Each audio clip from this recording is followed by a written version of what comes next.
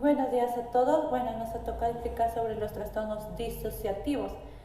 En las teorías etiológicas no está muy claro, pero aparecen ante un trauma psicológico externo durante algún periodo de su vida, por lo general en infancia. Tipos o clasificación. Tenemos a tres. El trastorno de identidad disociativa, que está relacionada con la identidad del individuo. Dos, la amnesia disociativo, que está relacionada con los recuerdos. Y tres, el trastorno de despersonalización o la desrealización, que está relacionada con la percepción con la realidad. Respecto al trastorno de identidad disociativo, voy a explicar los siguientes criterios diagnósticos. El primero sería que existe una perturbación de la identidad donde no se tenga claro una entidad como un todo, más bien una personalidad fragmentada y dividida en diversas entes.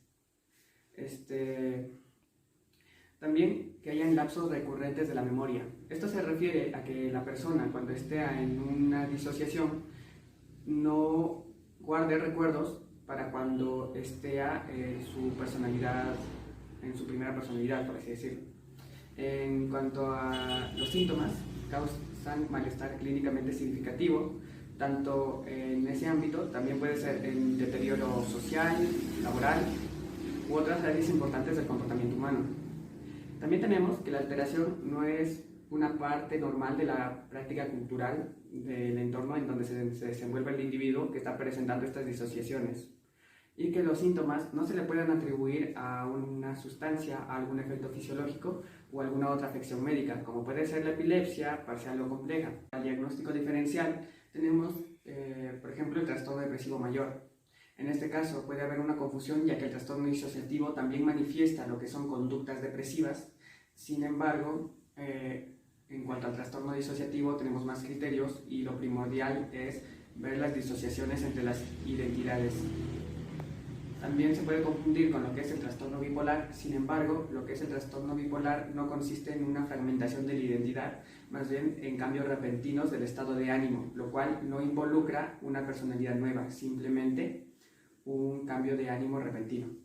También podemos hablar sobre el trastorno psicótico, los trastornos psicóticos en general, en donde se puede confundir respecto a las alucinaciones que se presentan en este tipo de trastornos, que pueden ser tanto auditivas, sensoriales, táctiles, somáticas. Sin embargo, como vengo aclarando, en este caso no se trata tal cual de una alucinación, sino que es una disociación de lo que es la entidad de su personalidad. Por esto mismo también se le puede confundir con diversos trastornos de la personalidad, y de hecho algunas fragmentaciones de la personalidad que se manifiesten pueden manifestar alguno de estos trastornos. Sin embargo, se debe profundizar más en lo que es la disociación y en la evaluación de los criterios para el trastorno disociativo antes que para algún trastorno de personalidad en específico. Buenos días, profesor y compañeros. Voy a explicar sobre la amnesia disociativa. Los criterios diagnósticos son la incapacidad de recordar información autobiográfica importante. Esto generalmente se relaciona con hechos de naturaleza traumática o estresante para el ser humano. Es incompatible con el olvido ordinario. Algo importante de recalcar es que la amnesia disociativa constituye la mayoría de veces en amnesia localizada o selectiva de un suceso específico, o amnesia generalizada de la identidad y la historia de vida. Los síntomas causan molestias clínicamente significativos o deterioro en lo social, laboral u otras áreas importantes del funcionamiento. La alteración no se explica mejor por un trastorno de identidad disociativo, un trastorno de estrés postraumático, un trastorno de estrés agudo, un trastorno de síntomas somáticos o un trastorno neurocognitivo importante o leve. Diagnóstico diferencial. El trastorno de identidad disociativo se refiere a la interrupción generalizada en el sentido del yo y de la entidad. El trastorno de estrés postraumático se caracteriza porque no se puede recordar partes o en la totalidad un evento traumático específico. El trastorno neurocognitivo es la pérdida de la memoria para la información personal por lo general, Esto no siempre pasa así. Va unida con los trastornos cognitivos, lingüísticos o afectivos, entre otros, claro. El trastorno de estrés postraumático debido a una lesión cerebral se da, como bien dice, por una lesión cerebral mediante un impacto fuerte en la cabeza o movimientos rápidos del desplazamiento del cerebro dentro del cráneo, produciendo un traumatismo. Trastorno de la despersonalización y desrealización. Como punto A tenemos la presencia de experiencias persistentes o recurrentes de la personalización o en este caso de ambas.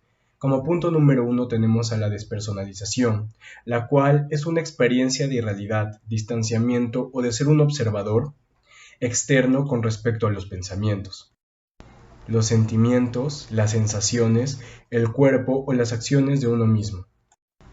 Como por ejemplo tenemos las alteraciones de la percepción, el sentido distorsionado al tiempo, la irrealidad, la ausencia del yo, el embotamiento emocional y físico. Como punto número 2 tenemos a la desrealización, la cual es una experiencia de irrealidad o distanciamiento con respecto al entorno. Como por ejemplo tenemos a las personas o los objetivos que se experimentan como irreales, como por ejemplo en un sueño, en nebulosos o sin vida o visualmente distorsionados. Como diagnóstico diferencial tenemos al trastorno depresivo mayor. Esto es la sensación de entumecimiento, falla de vida, empatía a estar en un sueño, las cuales no son inusuales en los episodios depresivos mayores. Trastorno obsesivo compulsivo. Los trastornos de despersonalización o desrealización pueden llegar a estar obsesivamente por su experiencia subjetiva o por desarrollar rituales de verificación, sobre todo su estado y sus síntomas. También tenemos a los trastornos psicóticos, los cuales son la presencia del juicio de realidad intacto durante los síntomas de despersonalización y desrealización. En el tratamiento tenemos a la psicoterapia y a los medicamentos. En la psicoterapia ayuda a entender las causas para afrontar dichos trastornos y los medicamentos controlan los síntomas.